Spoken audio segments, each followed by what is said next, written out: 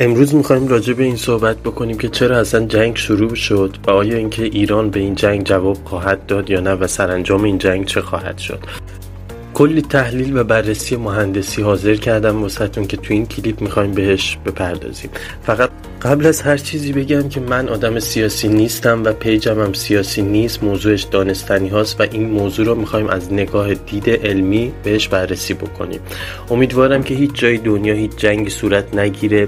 من کاری به دولت ها ندارم، نه طرفدار اسرائیلم نه طرفدار آمریکا، اصلا بزنن همدیگه رو بتره کنن. فقط این وسط مردم ایران و مردم اسرائیل گناه دارن، یعنی اینا هیچ گناهی نکردن واقعا که بخوان درگیر بازی‌های سیاسی بقیه بشن.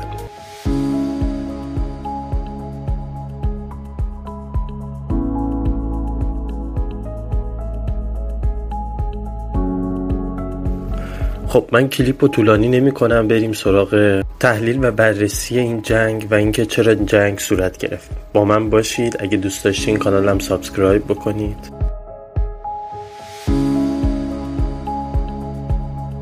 آیا این آغاز جنگی است که جهان سالها از اون واهمه داشت؟ آیا خاورمیانه بار دیگر درگیر آتشی خواهد شد که شعله‌هایش تا فراتر از مرزها خواهد رفت؟ در نیمه‌های شب آسمان ایران از انفجارهای لرزید که فقط یک هدف داشت، نابودی. اما پشت پرده این خبر چیه؟ چه نقشه‌هایی در جریان است و چرا حالا؟ در این ویدیو نگاهی میندازیم به واقعیت‌هایی که رسانه‌ها تنها گوشه‌ای از آن را فاش کردند، تحلیل رسمی مستند و دقیق از حمله اخیر اسرائیل به ایران و آنچه ممکن است در روزهای آینده رخ دهد.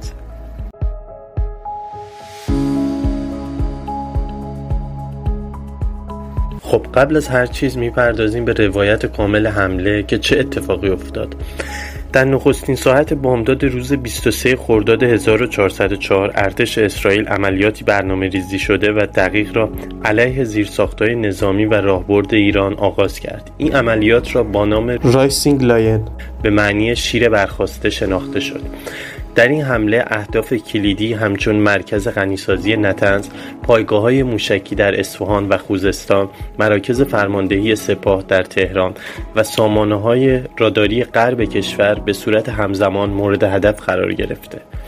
گزارش‌ها نشان می‌دهد که بیش از 200 جنگنده مدرن اسرائیلی شامل F-16 F-15 و F-35 از چند مسیر مختلف به سوی مرزهای ایران حرکت کرده بودند. در کنار این جنگنده ها 10 موشک استنداف دوربر نیز از خاک کشورهای همسایه از جمله عراق شلیک شده بود تا بدون ورود مستقیم به حریم هوایی ایران اهداف از پیش تعیین شده را مورد اصابت قرار دهند. این حمله نه تنها به تجهیزات متعارف محدود نبود، اسرائیل از مجموعه‌ای از پهپادهای انتحاری رادارگریز نیز استفاده کرد، احتمالاً از خاک ایران و با همکاری عناصر اطلاعاتی موساد هدایت شده بود. در نتیجه این حمله پیچیده، سامانه‌های دفاع هوایی همچون S-300 و سیستم بومی قدیر در مناطقی از کشور دچار اختلال کامل شد و برخی از پایگاه‌های کلیدی نظامی عملاً کور شد. شاید برای خیلی سوال باشه که چرا اسرائیل این حمله را آغاز کرد. پاسخ این سوال را باید در سالهای نگرانی تل‌آویو از برنامه هسته‌ای ایران جستجو کرد. طی ماه‌های گذشته آژانس بین‌المللی انرژی اتمی در گزارشی محرمانه اعلام کرده بود که ایران بیش از 400 کیلومتر اورانیوم با غنای 60% ذخیره کرده است، عددی که اگر به 90% برسد تنها چند گام با تولید سلاح هسته‌ای فاصله دارد. در کنار این نگرانی هسته‌ای، رشد توان موشکی ایران، حضور نیروهای نظامی وابسته به ایران در سوریه، عراق و لبنان و نیز تهدیدهای فزاینده علیه شهرهای اسرائیل باعث شد که نخبگان امنیتی تل‌آویو معتقد شوند فرصتی برای اقدام محدود است. این نگاه عملیات پیش دستانه تنها راه برای جلوگیری از تهدیدی بزرگتر در آینده تلقی شد. همچنین برخی از تحلیلگران اعتقاد دارند اسرائیل در آستانه انتخابات داخلی خود نیز به نمایش اقتدار نظامی نیاز داشته و این حمله حامی پیام سیاسی هم برای داخل اسرائیل و هم برای منطقه بوده.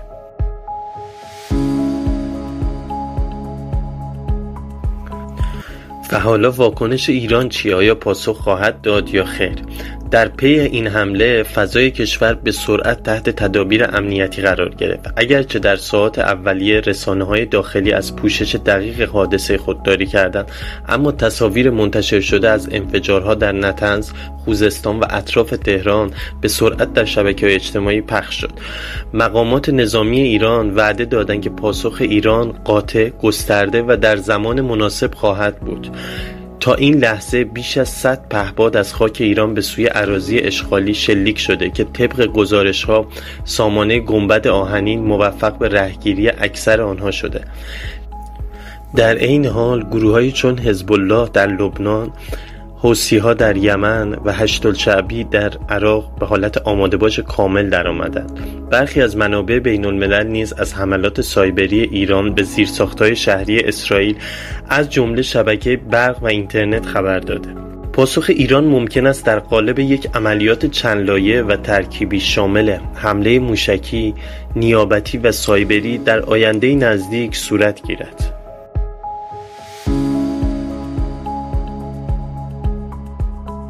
آیا احتمال حمله مجدد وجود دارد؟ پاسخ کوتاه این است که بله و احتمال آن بسیار بالاست. مقامات اسرائیلی اعلام کردند که این عملیات فقط یک گام ابتدایی برای تضعیف کامل توان نظامی و هسته‌ای ایران است. آنها هشدار دادند که در صورت هر گونه پاسخ از سوی ایران، حملات بعدی شدیدتر و گسترده‌تر خواهد بود. از سوی دیگر ایالات متحده اگرچه در این عملیات مستقیما شرکت نداشت، اما گزارش‌هایی مبنی بر تأمین سوخت جنگنده‌ها و داده‌های اطلاعاتی برای اسرائیل منتشر شده است. در صورتی که نیروهای آمریکایی در منطقه آسیب ببینند، ورود مستقیم ارتش آمریکا به درگیری دیگر فقط یک احتمال نخواهد بود. در چنین شرایطی کوچکترین اشتباه از سوی هر یک از طرفین میتونه جرقه جنگی بزرگی در منطقه شعله‌ور باشه. در این جنگ اسرائیل از چه موشک‌ها و روش‌هایی استفاده کرد؟ در این عملیات ارتش اسرائیل از طیف متنوعی از تسهیلات پیشرفته استفاده کرد. موشک‌های استنداف دوربر با برد بیش از 1000 کیلومتر بدون ورود به فضای ایران، پهپادهای انتحاری، مدل‌های رادارگریز و قابل هدایت از راه دور با توان نفوذ به تأسیسات حساس، بمب‌های هدایت شونده جی دام، دقت بالا مناسب برای حمله به پناهگاه‌های زیرزمینی مانند نطنز و حملات سایبری همزمان، اختلال در شبکه‌های پداوند و قطع ارتباط فرماندهی.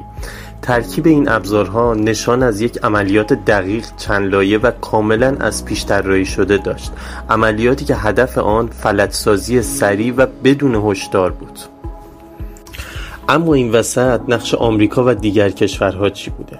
واشنگتن در موضوع رسمی خود هیچ گونه دخالت مستقیم در حمله نداشته، اما شواهد غیر رسمی حاکی از نقش پشت پرده آن است. تحلیلگران معتقدند که آمریکا با ارائه اطلاعات ماهواره‌ای، کمک‌های لوجستیکی و هماهنگی منطقه‌ای نقش غیر مستقیم و مؤثری را ایفا کرده. کشورهای اروپایی همچون آلمان، فرانسه و بریتانیا از طرفین به خویشتن‌داری دعوت کردند، اما واکنش آنها عملاً خنثی بوده است.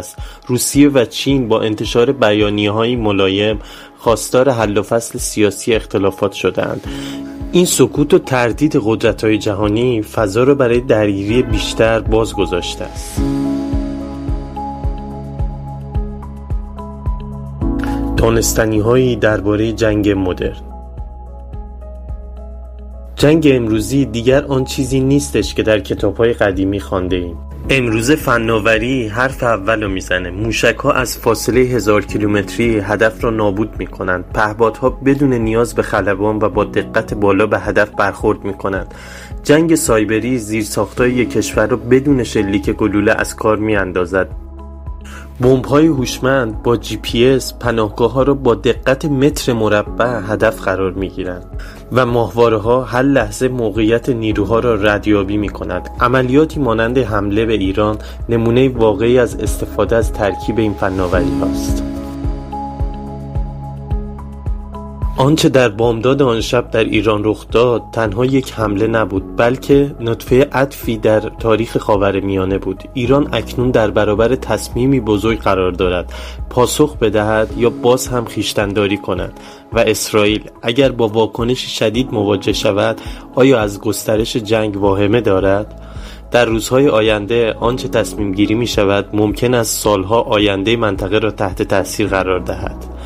اگر این تحلیل برای شما مفید بود، لطفاً ویدیو رو لایک کنید و حتما کانال رو سابسکرایب کنید تا از هیچ خبر مهمی جا نمونید و بقیه هم بتونن واقعیت‌های پشت پرده رو بدونن، چون دانستن یعنی قدرت.